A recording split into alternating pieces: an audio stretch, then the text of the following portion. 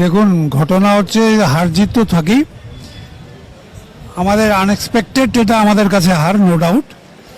কিন্তু এই হারটা নিয়ে আমাদের বিশ্লেষণ চলছে নিজেদের মধ্যেই, যে হারের কারণটা কি, কতটা হচ্ছে সত্যিকারের কোনো রিজন আছে না অন্য কিছু আছে, এটা নিয়ে তো আলোচনা হচ্ছে দলের ভিতরে।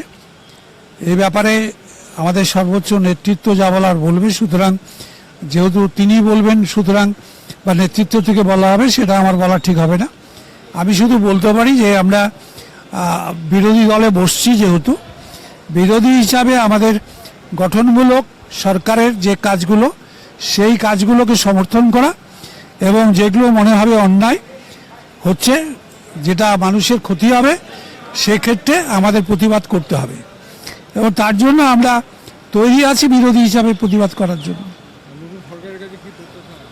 প্রত্যাশা আমরা চাইব যে মানুষের স্বার্থে, যেভাবে একসময় আমাদের নেত্রী মমতা ব্যানার্জি তার নেতৃত্বে পশ্চিমবাংলাতে 15 বছর ধরে সাধারণ মানুষের স্বার্থে যে কাজগুলো করেছে, সেই কাজগুলো যাতে বজায় থাকে। অবশ্যই উনি ঘোষণা করেছেন যে কোনো স্কিম যেগুলো চলছে পশ্চিমবাংলায়, সেগুলো একটাও বাতিল হচ্ছে না।